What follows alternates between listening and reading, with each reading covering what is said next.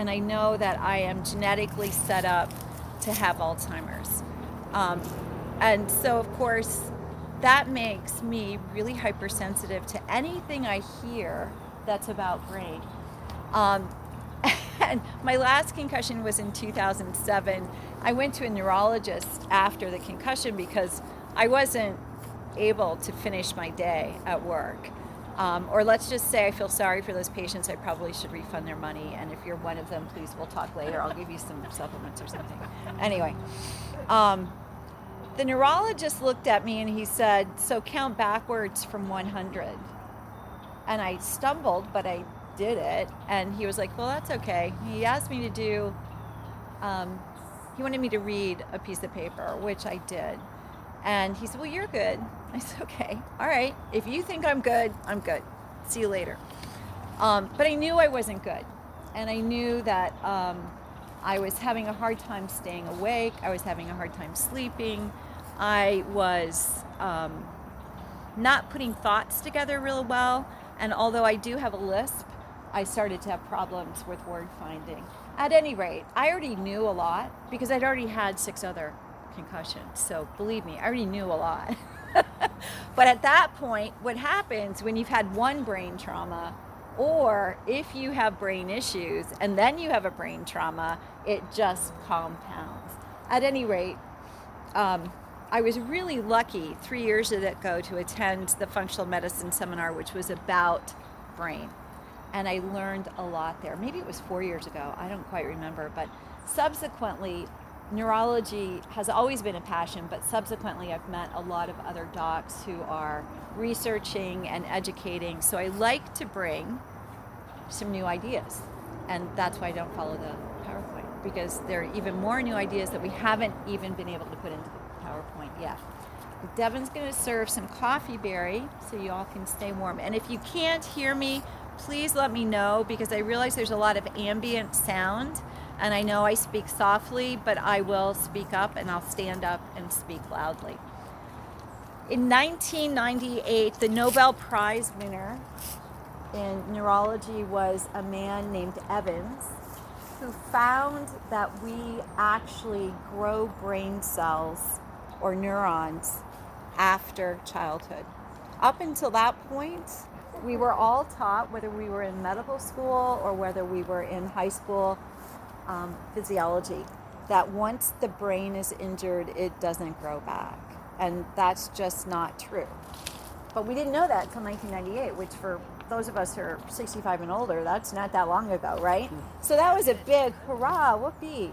And you have to have brain-derived neurotrophic factor, which we've shortened down into BDNF, to grow that stuff, brain, whether it's a long nerve or whether it's a short nerve. So there was a lot of focus on BDNF and how do we get more BDNF in brain injured / brain challenged people. But then I got real depressed when I learned this part. More recently at Johns Hopkins, they've found that there is another cell in the brain. I mean, they knew the cell was there, but they didn't realize how active it is, called a microglial cell. And there's a whole group of them called astrocytes and a bunch of other things that we don't need to get into. But the point is, our brain, which is about 10% of our body weight, maybe a little bit less, is actually only 25% nerve cells. The other 75% are glial cells, which are structural cells and immune cells. And what we found is that people who have had brain injury or who have a lot of brain inflammation, who suffer from things like dementia, traumatic brain injury, depression, fatigue, actually have more damage to the glial cells than they do to the actual neuronal cells. Now, if you want some information about that, and I put these out for professional people or anybody who likes to read studies, there's some information about microglial cells. If you're not interested in that, or don't want to read heavy research papers, don't pick those up. Don't read them. Just listen to what I have to say. So there are good glial cells and then there are damaged glial cells. And we call the good glial cells M1 cells and we call the damaged glial cells M2 cells. Unfortunately, those damaged glial cells don't repair themselves. So as people get older, they've gone through more in life. And when they've gone through more in life, they've encountered trauma, they've encountered toxins, they've encountered stress. And all three of those things will damage glial cells. And we call that glial cell priming. So I'm throwing out some words that may not mean anything to you right now, but hopefully they'll mean something by the end of this talk. So instead of growing nerve cells, what we really want to do is shut down M2 cells, glial priming cells, or the negative ones that are responsive to stress, to trauma, to toxins, and unfortunately to any other kinds of negative influences, because those are the ones that shut down the brain. Now, one of the features of having brain trauma is that you're more susceptible when you have another trauma. You're more susceptible when you have stress. You're more susceptible when you're not sleeping well. You're more susceptible to any lifestyle change that isn't positive. And one of the things you can do is change lifestyle. So you might be saying to yourself, how do I know if I have glial cell priming? Because that's unchangeable. And the way that you know is if you're susceptible to not having enough sleep, being around toxic people, being in toxic environments, or when you get sick, you wind up feeling worse. You wind up feeling more fatigued, more depressed, unable to focus, unable to put words together, unable to think. Does that make sense? Kinda? Not really? Yes. Okay. So, in 1998, super excited that we could grow brain cells, and then in 2010, super not excited to find out that really the brain cells, or the nerve cells, which we can grow back, are only about 25% of what the problem is. The other 75% are these structure cells that are responsible for cleaning up debris in the brain. So when my uber wealthy friend's patient wanted to buy a ton of Neurofactor, I was like, wait a minute, there's so much more to this, and you will be angry at me if you buy this and expect to have changes. Just like my mother, who's 87, I sent her some of the tea when we put it together. She and her friend drank it for a month, and they called me and said, we didn't notice anything. It doesn't work. It's not true. It does work. But you have to change your lifestyle. So you can't have a wine every night. Anyway, we're going to go into those lifestyle changes and why and what you need to do to have a more healthy and functioning brain. So I just want you to know my prejudice, that I am particularly aware of brain trauma. And I am particularly aware of how we don't treat it at all in our Western modalities that we have, that neurologists, as long as you can count backwards, even if you're stumbling, and if you can read a page, then you're good to go. I'm happy that in neurology we're actually aware of what brain trauma is now, because when I grew up, if you bumped your head and you were out cold for a week, that's just what you did, right? You just did that for a week, and then you got back up, and hopefully you were working well again.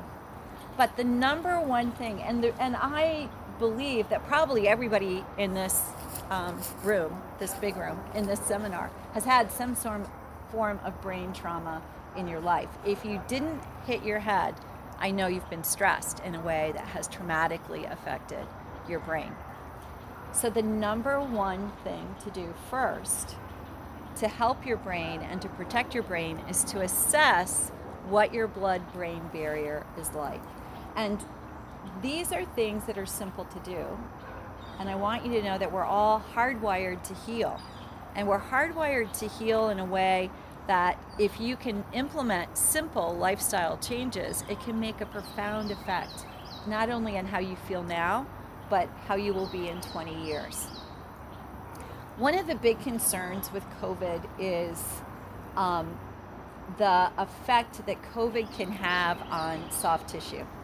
And we don't even know yet what the long-term effects of the infection are, because it's going to be multiple. But we do know what happens with mono and what happens with Lyme's and a lot of other viral infections. And one of the things that it does is affects the brain. The reason it affects the brain is because the blood-brain barrier isn't as robust as it should be. So some of the people who have had COVID and have very little responses are usually people who have good barriers. People who don't have as lucky of a response generally don't have good barriers. And you know what, Caitlin? I just remembered, and I don't know, we should probably give everybody a chance to check their blood-brain barrier before they leave, okay? So when we're done, huh? If you come in afterwards, we give you a GABA challenge so you can check your... Yeah, we don't have it in your packet, but, and if you were at the gut seminar, we gave those out at the gut seminar too. Oddly, the gut and the brain are very, very linked together, and they're linked by the vagal nerve. The vagus nerve is one of the longest nerves in the body, and it comes out between the upper cervical vertebra and the occiput and runs down and allows your heart, your lungs, your digestive tract to work correctly. But one of the new things that we understand, and I find it really kind of freaky, is that there is a biphasic communication, that there's actually stimulus to the vagal nerve from the gut, and it communicates back up into the brain. And there is conjecture, and there is some proof, but I haven't quite wrapped my head around it, is that there are actually other things that crawl up, besides electrical impulses, that crawl up the vagal nerve and communicate with the brain, like serotonin, dopamine, and norepinephrine.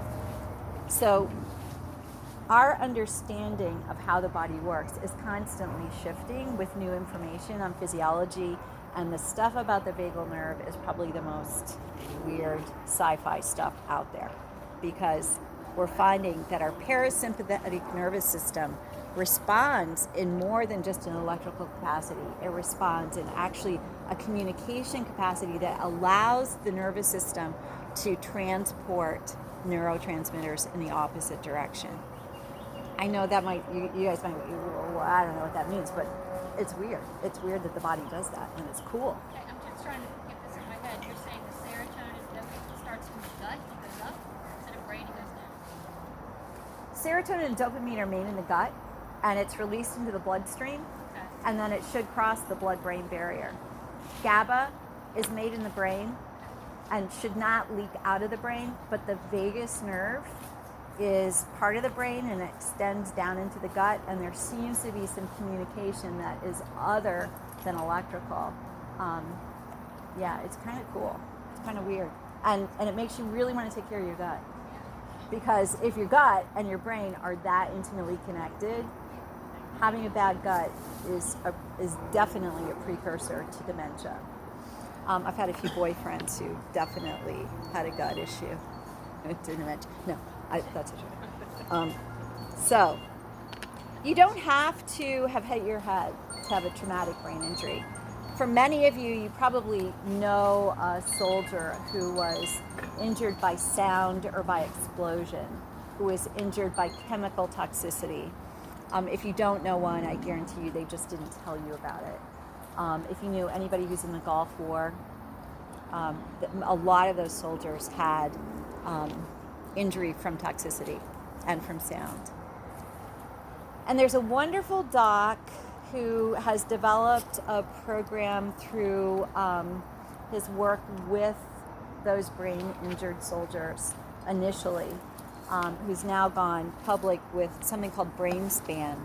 And what he's doing is checking essential fatty acids in the blood, and from that he's able to extrapolate cell inflammation.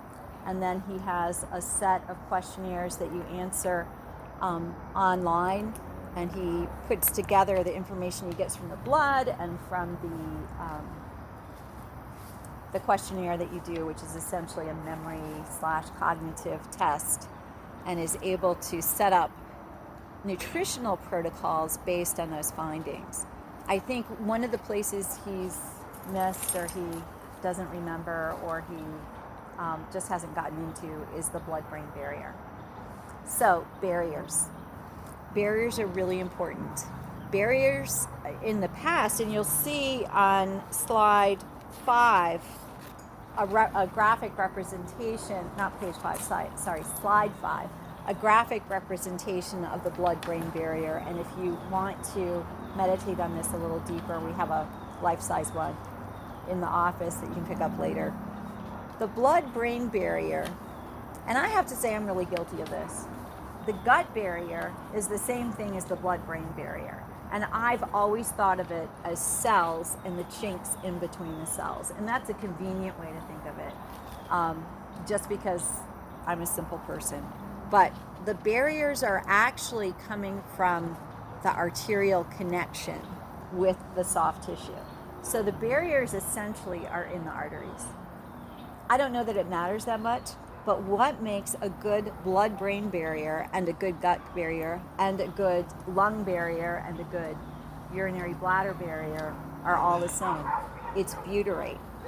It's short-chain fatty acids that interact with lactobacillus in the gut and then is made into this substance, short-chain fatty acids, that then create sort of a mortar that goes in between the cells, not so much in the brain or in the gut, but in the arteries that interface with those. If we don't have that robustly in our body, we are much more vulnerable to toxic invasion. So one of the first things I recommend anybody do if they have concern about their brain function and maintaining longevity in their brain. Did you know that only 1 out of 100 people will live life to the end, 80s, 90s, 100s, without any kind of compromise, cognitive compromise? I think I know one of those people who was my step-grandmother, who was 98 before she died, and she was so with it. She wouldn't skip a beat. I really don't know anybody other than that. And I think you may know people in your own life who are still very vibrant mentally. And I think that it's a worthwhile goal to make sure that your brain continues to function as well as it possibly can as long as you're alive. Because it is our sense organ.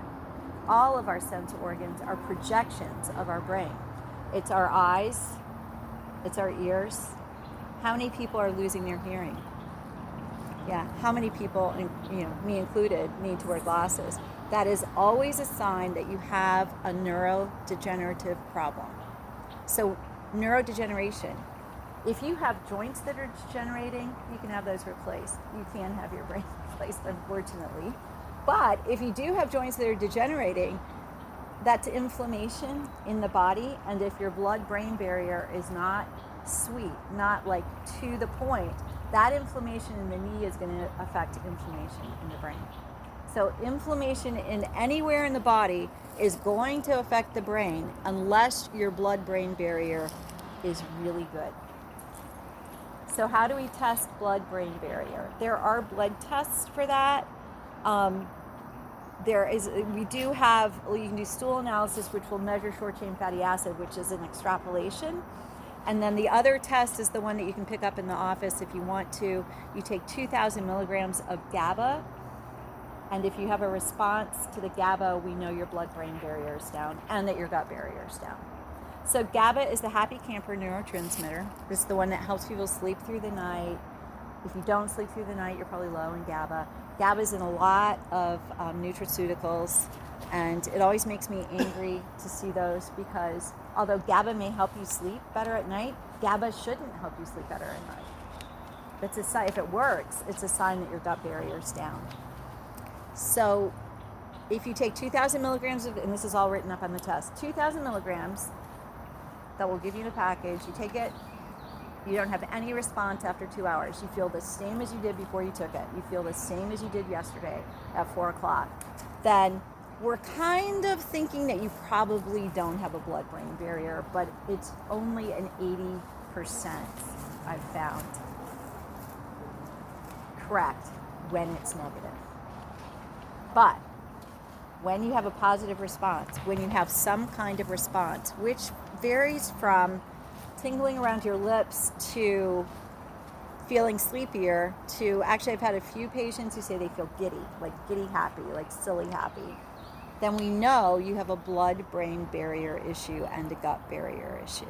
So that's the first thing. You've got to seal up the barriers. And the way we do that is with butyrate. And I have people in the last 9 months who have challenged me to my wit's end. They still come to see me. I don't know why. It's like, why are you even coming? It's not working. I don't know why you don't build up your blood-brain barrier. But the problem is that when you don't have a good blood-brain barrier and you're not able to build it up with butyrate, that's a whole nother complex issue that has to do with stress. Excuse me, what did you say you built it up with? Butyrate. Oh, I thought you said Gatorade. Sorry, no, butyrate. I didn't think knowing you that. No, that was not the wrong Gatorade. thing. No, not Gatorade.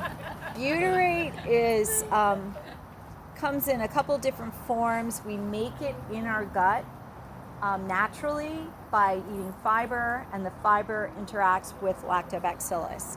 9 times out of 10, if you have a gut barrier issue or a blood-brain barrier issue, you need more lactobacillus in your gut.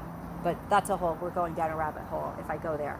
I'm just going to say you should make it naturally. If you don't, you need to start taking it, and then we can figure out why you're not making it naturally later. Because that's going to create barriers in your gut. So of course, this is a rheostat. If you find out your blood-brain barrier isn't working right, and you take the butyrate and get it back on track, you have to be aware that it will easily go down if you're under stress.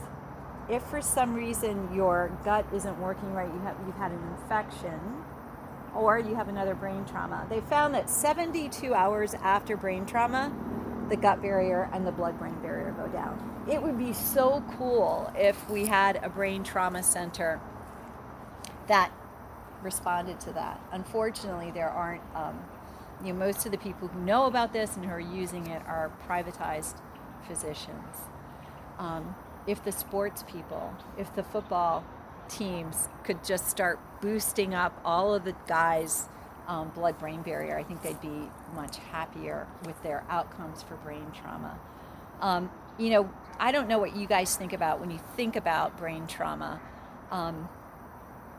I think about fatigue, lethargy, immune issues. I think about not being able to cognate the way that you used to be able to cognate. Now, thankfully, I think my IQ was a little high before I started having brain trauma, so I'm still able to cognate okay. But the thing that's often in the news is the rage, the inability to mitigate emotion. And we had a big case here with an ex-football player who had multiple concussions, multiple head trauma, who was diagnosed with a TBI, who had beat up, supposedly had beat up his girlfriend, and that was their big defense was, well, he's got traumatic brain injury, so why would he be able to control his emotions?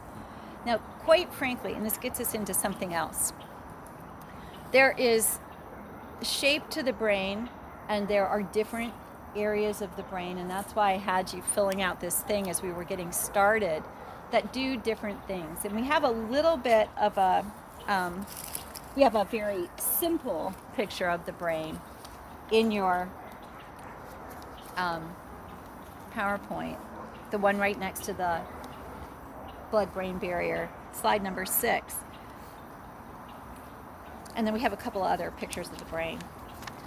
But one of the things that is available to us now are PET scans and brain MRIs that are then put through volumetrics and put through I forget the name of it right now. But it's something that can be extrapolated out from MRIs to tell the volume of the different areas of the brain. And one of the things that we know is that the amygdala, which is the hindbrain, it's sort of like the lizard part of the brain, is where our emotions are. Our basic emotions of fear and anger. That is where That's what activates when somebody cuts you off in traffic. It's what activates when you feel threatened, whether that's that your spouse isn't listening to you again, or whether that's that your teenage child is not not answering the phone. That is the part that activates when you decide your girlfriend needs to go and you're going to beat her up. Now, and those are two different extremes, but they're really coming from the same place. The interesting thing is that there's been research done on these different places in the brain and who has bigger amygdalas or who has bigger anterior cingulates. And you'll see on slide 12 that the anterior cingulate is a little bit ahead of the limbus. The limbus is the primitive brain. The anterior cingulate is the spiritual part of the brain, and it's what connects the amygdala to the frontal cortex. So we have, anybody who's ever had a 2-year-old, they're coming from their amygdala. Their amygdala is ruling their life. And one of the things that we're charged with doing as parents and as custodians is to help them connect their amygdala to their frontal cortex, that they can make decisions about behavior. Now, some people can do that better than others, and some people have bigger amygdalas than other people. And those are the people who live very emotionally stunted lives because they can't connect it to the frontal cortex as easily. It's just too much, the volume's too big.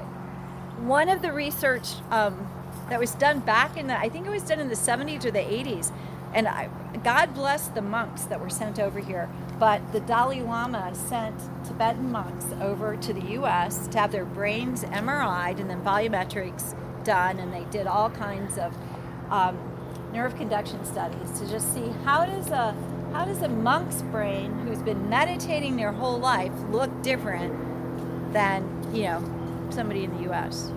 The one thing they found was that their anterior cingulate was huge.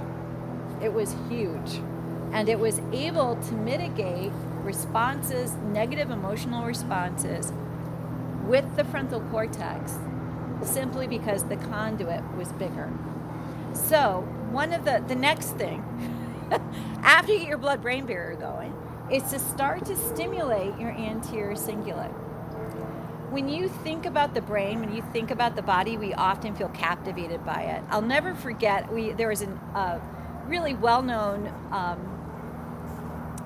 educator in the area who was talking about sexual molestation when she was a child, and she ended in one of her stories, she said, "And then my body betrayed me." And I was like, "Your body betrayed you? What? No, usually it's that you are betraying your body. That is the story of the human body, that your mentation, your idea of socialization has betrayed your body, or your parents betrayed your body."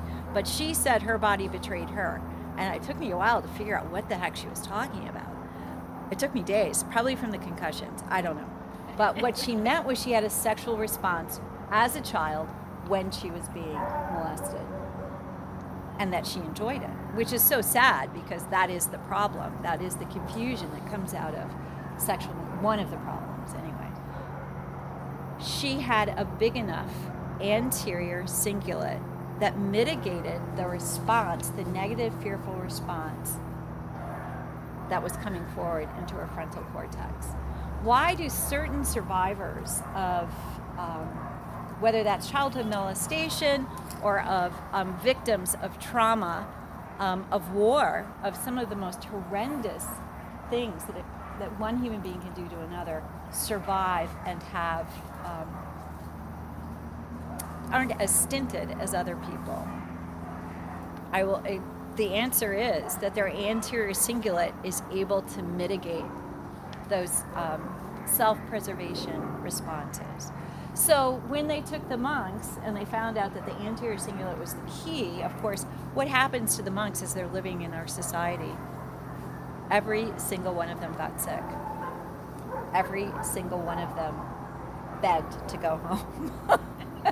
So you have to think, okay, well, we are living in a world that's not what a monk would live in.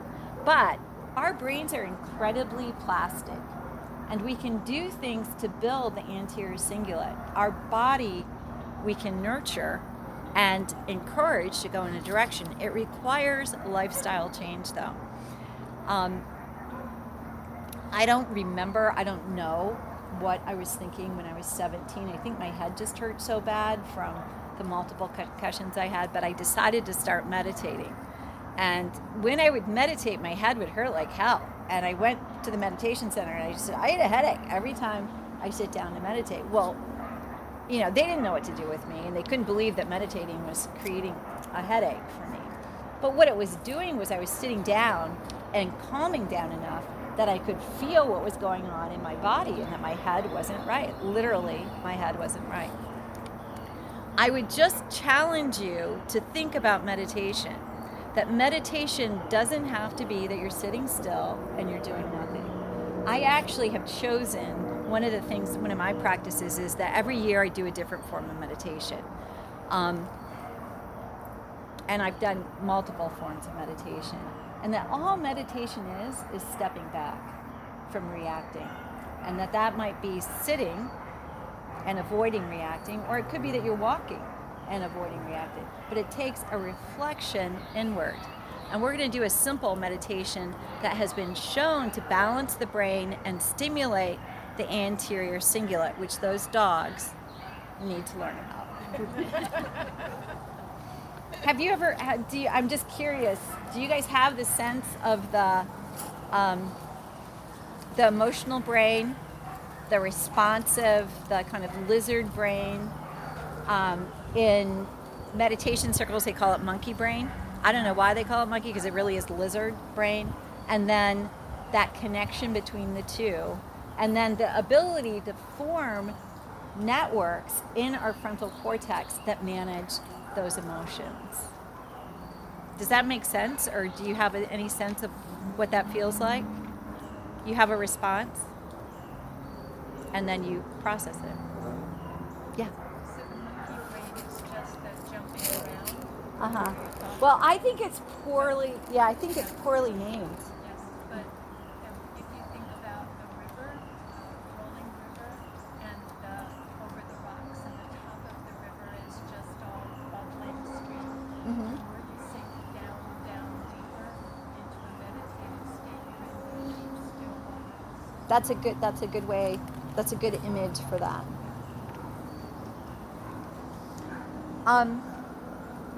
So part of making lifestyle changes is about making new neural networks. And no matter where you started from, no matter how big your amygdala was when you were born, you can always build new and different pathways. It gets harder as you have more microglial damage, and we all develop that over time. Some of us more than others.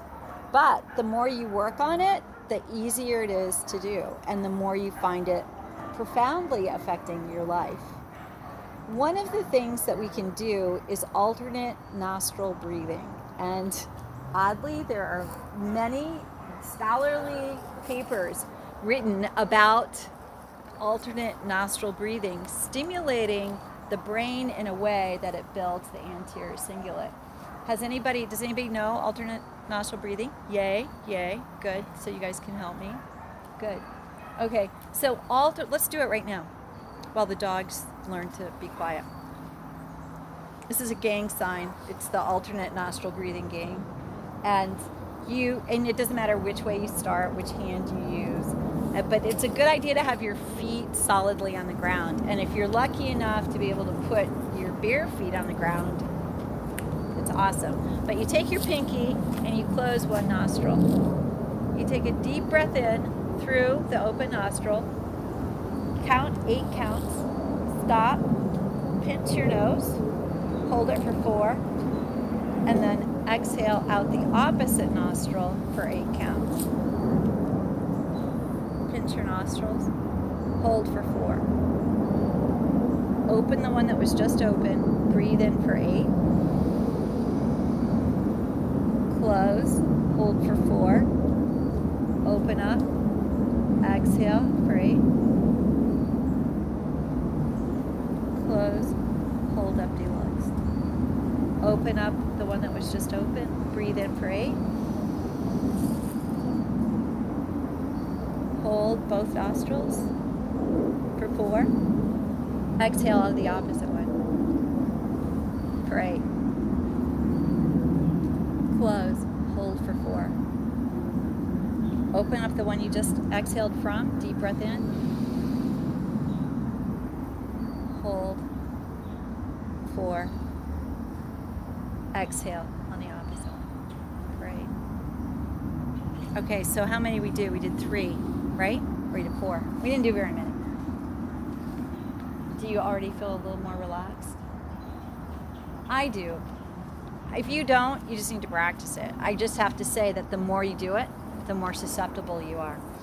Another really fantastic way to breathe, which was outlined in the movie Atomic Blonde, but can also be found on the internet through Wim Hof, Wimhof, is the prolonged exhale. This is something that you do for any anxiety. So the prolonged exhale is that you hold your exhale and exhale as deeply as you can as you continue to hold your exhale as long as you possibly can. So when I first heard about this, I was actually in a physical therapy seminar, and they were using it with exercise to help people with low back pain. But I then found Wim Hof and did his whole study, and I actually did that